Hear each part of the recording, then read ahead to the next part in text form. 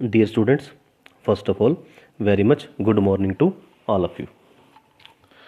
हमने जो है कंज्यूमर प्रोटेक्शन एक्ट का लेसन शुरू किया हुआ है और इसी लास्ट वीडियो में, इसी पिछली वीडियो में हमने कंज्यूमर प्रोटेक्शन एक्ट के बारे में कुछ पढ़ा था, कुछ टॉपिक कंप्लीट किया था और कंज्यूमर प्रोटेक्शन एक्ट के meaning and consumer protection act की जो फीचर्स थी या स्कोप था उसको हम कंप्लीट कर चुके हैं। आज की जो ये वीडियो है वो बेसिकली इस जो बनाई गई है वो है main provisions of consumer protection act 1986 की, कि कंज्यूमर प्रोटेक्शन एक्ट के अंदर मेन प्रोविजंस क्या थे जो हमारे सिलेबस के पॉइंट ऑफ व्यू से भी इंपॉर्टेंट है और साइड बाय साइड हमारी जनरल नॉलेज के पॉइंट ऑफ व्यू से भी काफ़ी इंपॉर्टेंट है और हमारे नॉलेज के लिए भी हेल्पफुल है। सो आज की ये वीडियो बड़ी इंपॉर्टेंट है, राइट। तो right now let us start the main provisions of consumer protection act 1986 की। सबसे पहला प्रोविजन है इसमें मीनिंग ऑफ कंज्यूमर, कि कंज्यूमर कौन है। इसे बेसिकली दो पॉइंट कहे गए हैं कि कंज्यूमर कौन है। पहला है any person who buy any goods for a consideration which has been paid और प्रोमिस्ड, और पार्टली पेड और पार्टली प्रोमिस्ड, राइट। मतलब वो कोई भी व्यक्ति जिसने कोई गुड्स खरीदी है किसी भी कंसिडरेशन के बदले में, मतलब वो कंसिडरेशन से मतलब यहाँ पे है कि वो गुड्स के बदले में कोई पैसे भी दे सकता है। गुड्स को खरीदने के बदले में वो क्या कर रहा है, पैसे ना देके कोई दूसरा सामान उसको दे रहा है या उसके बदले में कोई काम करके दे रहा है। तो कंसिडरेशन का मतलब क्या आया, या तो उसने कोई पेमेंट करी है या उसने कोई सामान दिया है या फिर उसने कोई उस गुड्स के बदले में कोई काम करने का प्रॉमिस भी किया है। तो गुड्स की जो पेमेंट है वो उसने पार्टली पेड भी की हो सकती, कुछ पार्ट पेमेंट भी करी हो सकती है या प्रॉमिस किया हो सकता है कि मैं आपसे इसके पैसे कुछ दिनों के बाद दे दूंगा। तो इस तरह का जो व्यक्ति डीलिंग कर रहा है वो उसको क्या कहेंगे, हम कंज्यूमर कहेंगे। कंज्यूमर में ही दूसरा पॉइंट इन्होंने इंक्लूड किया है एनी पर्सन हु हायर्स और avail of any services for a consideration which has been paid और प्रोमिस्ड और partly paid and partly promised. इसमें क्या कहा है कि ऐसा कोई भी व्यक्ति जो किसी भी दूसरे व्यक्ति से किसी भी तरह की सर्विसेज को हायर करता है, किराए पर किसी दूसरे व्यक्ति की सर्विसेज को किराए पर लेता है, जिसकी पेमेंट या तो उसने कर दी है या उसकी पेमेंट करने का उसने कोई प्रॉमिस किया है या उसकी पेमेंट को करने के बदले में उस सर्विसेज को लेने के बदले में उसने किसी काम करने का प्रॉमिस किया है। इस सब चीज़ों के लिए हम क्या कहेंगे, उसको एक कंज्यूमर की कैटेगरी के अंदर काउंट करेंगे। दूसरा प्रोविजन जो आता है हमारे पास कंज्यूमर प्रोटेक्शन एक्ट 1986 का, वो आता है ग्राउंड्स फॉर कंप्लेंट, कि किन किन ग्राउंड्स पर हम लोग या एज ए कंज्यूमर कोर्ट के अंदर कंप्लेंट कर सकते हैं। सबसे पहला आता है अनफेयर और रिस्ट्रिक्टिव ट्रेड प्रैक्टिसेस। दोनों बातें अलग अलग हैं। पहले हम अनफेयर के बारे में बात करेंगे, फिर हम करेंगे रिस्ट्रिक्टिव ट्रेड प्रैक्टिसेस के बारे में। अनफेयर प्रैक्टिस क्या है? In fact unfair trade practice means to adopt a faulty way to gain excess profit by a trader, कि एक ट्रेडर क्या करते हैं, गलत तरीका अडोप्ट करता है जस्ट अपने प्रॉफिट को इंक्रीज करने के लिए। जैसे कि मान लीजिए कोई प्रेस्क्राइब स्टैंडर्ड्स हैं, उसने प्रेस्क्राइब स्टैंडर्ड्स, एक चीज़ को बनाने के प्रेस्क्राइब स्टैंडर्ड्स हैं, उसने उस स्टैंडर्ड्स को फॉलो नहीं किया और उन फॉलो ना करके ताकि उसका प्रॉफिट इंक्रीज हो सके। दूसरा इसी में एक एग्जांपल और देते हैं हम आपको, जैसे कि किसी बिजनेसमैन ने कोई गिफ्ट स्कीम लॉन्च करी और उस गिफ्ट स्कीम में उसने कहा कि मैं आपको ये गिफ्ट फ्री दे रहा हूँ, बट एक्चुअली क्या कर रहा है, वो उस गिफ्ट की कॉस्ट को उस प्रोडक्ट की कॉस्ट के अंदर ऐड करके वो अपने कस्टमर को सेल कर रहा है। मतलब कह तो ये रहा है कि मैं अपने गिफ्ट जो दे रहा हूँ वो फ्री में दे रहा हूँ, बट एक्चुअली क्या कर रहा है, वो गिफ्ट फ्री मैंने दे के उसने उसकी कॉस्ट को एक्चुअली कस्टमर से चार्ज कर ली है। तो ये क्या है, अनफेयर ट्रेड प्रैक्टिस है। दूसरा क्या है इसमें, restrictive trade practice. Restrictive trade practice का मतलब क्या है, restrictive trade practice means selling goods and services on some condition. Businessman क्या कर रहा है, गुड्स को किसी कंडीशन पे सेल कर रहा है। हम नॉर्मल जैसे कि फॉर एग्जांपल जो कार डीलर है, मान लो कोई कंपनी कार सेल कर रही है और कार सेल करते हुए अपने कस्टमर के ऊपर ये कंडीशन लगाती है कि कार आपको हम तभी देंगे, तभी सेल करेंगे जब आप कार के ऊपर जो इंश्योरेंस पॉलिसी है वो हमारे से ही खरीदोगे। कंडीशन लगा दी कि इंश्योरेंस पॉलिसी कंपनी ही करेगी कार की, और आप बाहर से कार की इंश्योरेंस नहीं करवा सकते। इस तरह की कंडीशन लगाने को रिस्ट्रिक्टिव ट्रेड प्रैक्टिस बोलते हैं। इस तरह की कंडीशन लगाने की अथॉरिटी हमारा ये कंज्यूमर प्रोटेक्शन एक्ट नहीं देता। इसका एक और एग्जांपल मैं आपको देता हूँ। समटाइम्स जो गैस एजेंसी वाले डीलर होते हैं वो कहते हैं कि हम आपको गैस एजेंसी का कनेक्शन तभी देंगे जब आप हमारे पास से गैस का चूल्हा जो है आप हमसे ही खरीदोगे। तो ये भी एक तरह की रिस्ट्रिक्टिव ट्रेड प्रैक्टिस है, राइट। इस तरह की कंडीशंस किसी भी कंज्यूमर के ऊपर कोई भी सेलर नहीं लगाया जा सकता, इसके लिए कंप्लेंट की जा सकती है। दूसरा defective goods. A consumer can file a complaint against defective goods. Defects may relate to quantity, quality, potency और प्योरिटी ऑफ द प्रोडक्ट्स और the goods are not in accordance with the related act और contract. Mean to say defective goods के लिए भी complaint की जा सकती है। तीसरा पॉइंट है deficiency of services. Under this act the consumer can file a complaint against defective services. अगर सर्विस जो है वो डिफेक्टिव है या डेफिशिएंसी सर्विसेज के अंदर, उसके लिए भी कंप्लेंट कर सकता है। मैं एग्जांपल देता हूँ। मान लीजिए कई बार बैंक में जो हम लोन पास करवा रहे हैं और लोन पास करने में बैंक के जो ऑफिसर्स है वो जानबूझ के डिले कर रहे हैं, जानबूझ के लेट कर रहे हैं, अननेसेसरी डिले कर रहे हैं, तो उनके खिलाफ कोर्ट केस किया जा सकता है।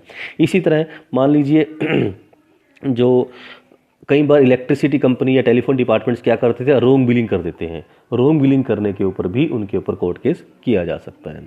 ठीक है, ये हमारा डेफिशिएंसी ऑफ सर्विसेज के अंदर काउंट किया जाता है। फोर्थ पॉइंट हमारे पास है excessive charging of price. Consumers can file a complaint against excessive charging of price. अगर कोई बिजनेसमैन, बिजनेस हाउस प्राइस जो एक्सेस चार्ज करता है उसके लिए भी कंप्लेंट की जा सकती है। इनफैक्ट एक्सेस चार्ज का मतलब क्या है? इनफैक्ट एक्सेस चार्ज का क्या मतलब है कि मान लीजिए किसी प्रोडक्ट के ऊपर एमआरपी लिखा है 100 रुपये और बिजनेसमैन आपसे कस्टमर से 100 की जगह 120 रुपीज़ की डिमांड कर रहा है और 120 रुपीज़ लेकर ही वो चीज़ को कस्टमर को अवेलेबल करवाता है, तो this is called excessive charging of prices. The businessman can not do this thing. So इसके खिलाफ भी कंप्लेंट की जा सकती है। फिफ्थ पॉइंट हमारे पास इसमें आता है that is supply of hazards goods. Hazards goods वो होते हैं जो हमारी लाइफ के लिए डेंजर क्रिएट करते हैं या जिनको यूज़ करना बड़ा ही डेंजरस काम है, या आप कह सकते हो जिनको यूज़ करने के लिए बहुत सारी प्रिकॉशंस लेनी पड़ती हैं। सो इस तरह के अगर प्रोडक्ट को कोई बिजनेसमैन सेल कर रहा है तो उसको सेल करने से पहले बिजनेसमैन की ड्यूटी है कि कंज्यूमर को उसको यूज़ करने का तरीका बताए। अगर बिजनेसमैन उसका यूज़ करने का तरीका अपने कस्टमर को नहीं बताता तो वहाँ पे और कस्टमर को कोई नुकसान हो जाता है तो कस्टमर को पूरा राइट है कि वो अब बिजनेसमैन के खिलाफ कंप्लेंट कर सकता है। तो ए और बी 2 पॉइंट यहाँ कंप्लीट हो गए।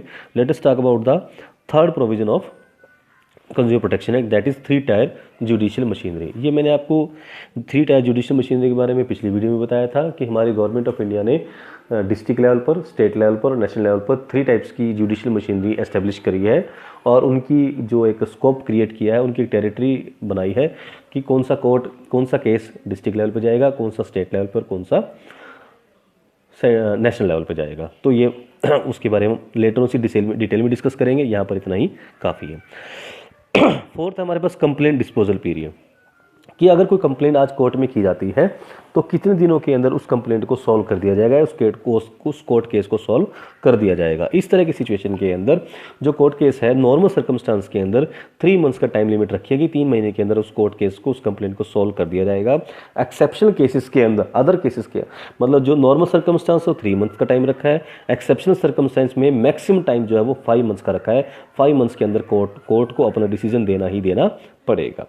नेक्स्ट पेज की पॉइंट की बात है कि हु कैन फाइल कंप्लेंट। अब कंप्लेंट कौन कौन कर सकता है? एक कंज्यूमर कंप्लेंट कर सकता है, एक रजिस्टर्ड कंज्यूमर एसोसिएशन कंप्लेंट कर सकती है, एक से ज़्यादा कंज्यूमर मिलकर भी कोई कंप्लेंट कर सकते हैं, सेंट्रल गवर्नमेंट कंप्लेंट कर सकती है एंड स्टेट गवर्नमेंट कंप्लेंट कर सकती है। Against whom can the complaint be file.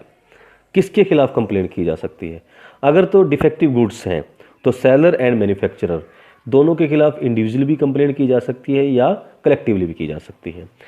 For deficiency of services, अगर डेफिशिएंसी ऑफ सर्विसेज है तो सर्विसेज प्रोवाइडेड, जो भी सर्विस दे रहा है उसके खिलाफ कंप्लेंट की जा सकती है। Next is complaint fee. In fact जहाँ पर भी जो भी कंप्लेंट की जाती है वो डिस्ट्रिक्ट लेवल पे की जा रही है या स्टेट लेवल पे की जा रही है, नेशनल लेवल पे की जा रही है, तो उसके लिए एक बड़ी मिनिमम फीस प्रेस्क्राइब करी गई है। उस फीस को वहाँ पे डिपॉजिट करवाना पड़ता है कोर्ट में। इनफैक्ट जो कोर्ट इसके अलावा कोई भी एक्सपेंसेस जो है वो पेड नहीं करने पड़ते, मतलब बड़ा ही रीजनेबल फीस रखी गई हैं जिससे कि हर व्यक्ति इस तरह के केस को हैंडल कर सकता है। नेक्स्ट पॉइंट की बात करते हैं रिलीफ और remedies available to consumer. Consumer protection act के अंदर जो प्रोविजंस बनाए गए हैं उसमें कितनी तरह के रिलीफ और रेमेडीज हमारे कंज्यूमर्स को दी गई हैं, ये बड़ा इंपॉर्टेंट पॉइंट है। पहला है removal of defects. Court order कर सकती है कि जो प्रोडक्ट है उसके अंदर जो भी डिफेक्ट है उसमें प्रोड्यूसर को उन डिफेक्ट्स को आउट करने के लिए कि वो डिफेक्ट खत्म किए जाएं और उसके बाद ही प्रोडक्ट कंज्यूमर को दिया जाए, इसका ऑर्डर किया जा सकता है, इसका रिलीफ मिल सकता है। दूसरा पॉइंट है replacement of goods. Court order कर सकती है कि कस्टमर को वो प्रोडक्ट रिप्लेस करके नया प्रोडक्ट दिया जाए, राइट। और पहले वाला प्रोडक्ट वापस कंपनी को लेना पड़ेगा। थर्ड है रिफंड ऑफ प्राइस। अगर कस्टमर चाहता है कि उसको उसके प्रोडक्ट के सारे पैसे वापस मिले तो कोर्ट कह सकता है कंज्यूमर प्रोटेक्शन एक्ट के अंडर कि सारे के सारे मैन्युफैक्चरर जो है सारे जो उसकी प्राइस है प्रोडक्ट की वो कस्टमर को रिफंड करेगा। फोर्थ है award of compensation. This is very much important and interesting point कि अगर किसी भी प्रोडक्ट को यूज़ करने की वजह से किसी कस्टमर को नुकसान हुआ है तो उसकी भी कंपनसेशन लेने का उसको राइट रहेगा। राइट, प्रोडक्ट को यूज़ करने से अगर नुकसान हुआ है उस नुकसान की कंपनसेशन भी कंपनी उस कंज्यूमर को करेगी।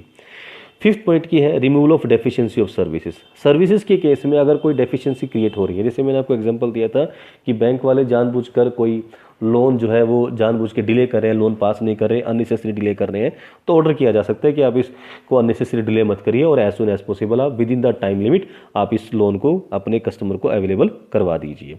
तो इस तरह के ऑर्डर भी डेफिशिएंसी रिमूव करने के हो सकते हैं। सिक्स पॉइंट है डिसकंटिन्यूएंस ऑफ अनफेयर ट्रेड प्रैक्टिसेस। अगर किसी अनफेयर ट्रेड प्रैक्टिस के खिलाफ कंप्लेंट की गई है तो कोर्ट ऑर्डर कर सकता है कि इस तरह की जो अनफेयर ट्रेड प्रैक्टिस है उसको रोक करने के, उसको बैन करने के भी ऑर्डर किए जा सकते हैं। नेक्स्ट पॉइंट हमारे पास इसमें आता है stopping the sale of hazard goods. Hazard goods अगर कोई कस्टमर सेल कर रहा है जो कि लाइफ के लिए हैजार्ड है, हैजार्ड मतलब खतरनाक है, डेंजरस है, तो उस तरह के एक प्रोडक्ट को कोर्ट जो है वो सेल करने के लिए भी स्टॉप कर सकती है कि आप उसको सेल करना बंद कर दीजिए। इनफैक्ट कोर्ट ये भी ऑर्डर कर सकती है कि आप इस कोर्ट ये भी ऑर्डर कर सकती है कि अगर मार्केट के अंदर वो प्रोडक्ट सप्लाई किया हुआ है तो जहाँ जहाँ भी वो प्रोडक्ट सप्लाई किया गया उस सारे के सारे प्रोडक्ट को, सारे के सारे स्टॉक को सारा कंपनी वापस उठाएगी, मार्केट से क्लियर कर देगी, ताकि आगे जो न्यू कस्टमर्स हैं उनको उस तरह के प्रोडक्ट को यूज़ करते हुए कोई नुकसान ना हो। एट्थ है payment of adequate cost. At the end इस एक्ट के अंदर ये भी प्रोविज़न है कि अगर जो कंज्यूमर है अगर उसको किसी भी तरह से उसे नुकसान हुआ है, कोर्ट केस के अंदर बहुत सारे उसको पैसे खर्च करने पड़े हैं, तो कोर्ट ये भी ऑर्डर कर सकती है कि जो बिजनेसमैन है वो उसका खर्चा भी वो ही सहन करेगा। मतलब कंज्यूमर ने जो कोर्ट के खर्चे करे हैं, वकील वगैरह हायर किया है, उसका खर्चा किया है, वो खर्चा भी बिजनेसमैन से वसूला जा सकता है और उसकी कंपनसेशन भी कंज्यूमर को अवेलेबल करवाई जा सकती है। दो these are very much good reliefs और remedies available to consumer under this act.